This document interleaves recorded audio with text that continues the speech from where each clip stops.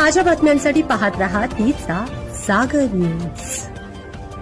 सोलापुरातील मंगळवेढ्यात एका रील स्टारने टोकाचे पाऊल उचलत आत्महत्या केली।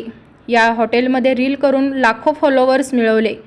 त्याच हॉटेलच्या किचनमध्ये गळफास घेऊन सोलापुरातील प्रसिद्ध रील स्टार रोहिणी पाराध्ये हिने आपले आयुष्य संपवले।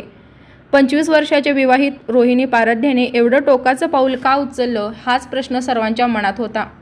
सुरुवातीला तणाव आणि त्यातून झालेल्या वादातून रोहिणीने टोकाचे पाऊल उचलल्याचे सांगितले जात होते, पण आता या प्रकरणात मोठा ट्विस्ट आलाय। पोलिसांनी रोहिणी पाराध्ये हिच्या पतीविरोधात गुन्हा दाखल केले।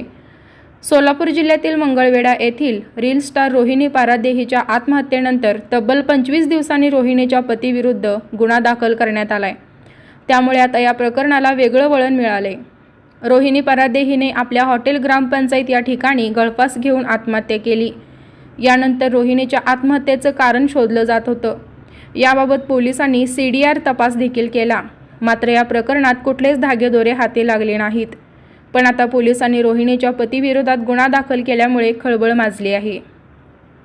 रील स्टार रोहिणी पाराध्ये हिचे वडील बाळू शिवशरण यांनी दाखल केलेल्या फिर्यादीवरून पोलिसांनी रोहिणीचा पती निलेश पाराध्येमध्ये विरोधात गुन्हा दाखल केला आहे।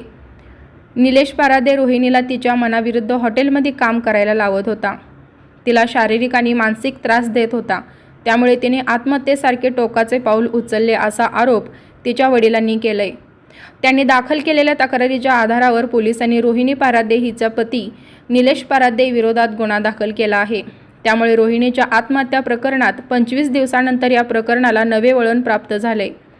प्रसिद्ध रील स्टार रोहिणी पाराध्ये हिच्या आत्महत्या प्रकरणी अनेक धक्कादायक कारण समोर येत आहेत।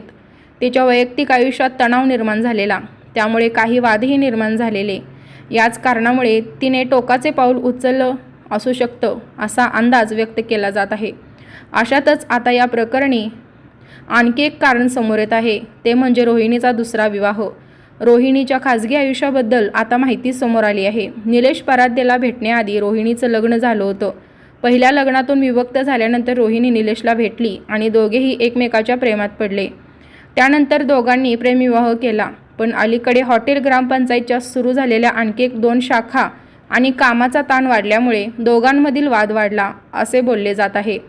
पण रोहिणीच्या मृत्यूचे ठोस कारण समोर आलेले नाही। ब्युरो रिपोर्ट तिचा जागर न्यूज।